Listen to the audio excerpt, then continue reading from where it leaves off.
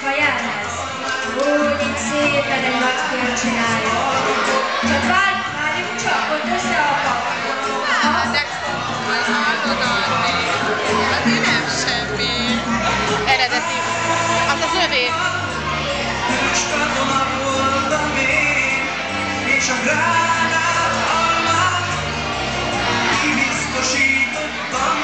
Ha jól látom, akkor itt jön az eleje. A nagy köröt nem sikerült, egy kicsit futódjunk el. Kicsit induljunk el, és ide jövünk középre, hogy hát ti vagytok az eleje, ugye? Oké. Akkor itt kezdjük a második vérsekkel, és akkor kérem a bemutatót. Valerina, orvos, Tabasz Tündér, Jedi, Nem hallott?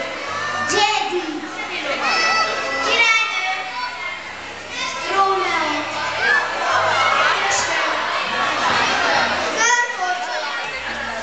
Kámpoly, rettemester, focista, Egész csapatunk lesz lassan. Disznó!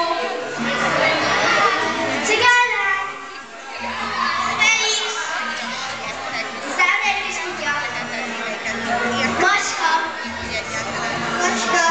Ennyi boszorkányhoz jár, ennyi fekete macska. Ijász,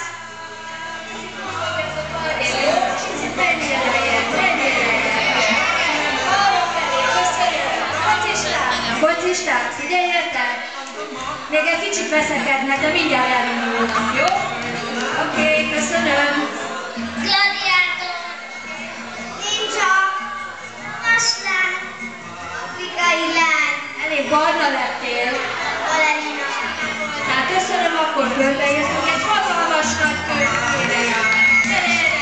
Gyere felé! És köszönjük a tapsot, jó nagy kört menjél, hogy megmutassuk magunkat. A cicusokat és a focistákat, meg a süliket, és a kutyusokat, mindenki. Csak össze ne vesszenek nekem, és a kutyusoknak a cicusok. Oké, és akkor utána helyet foglalhattok. Jó, Valerinát megkérjük, hogy vezesse le a sort a Kapi nénihez.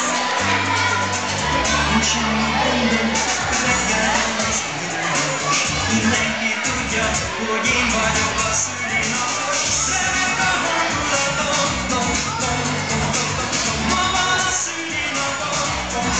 És akkor ők voltak a második B-osztályosok. Ma van a szülinapom. Foglaljanak helyet, kérünk szépen őket. Velem is élen szalad, ezért most látszik egy szarkalába szemem alatt. Remek a hangulatom,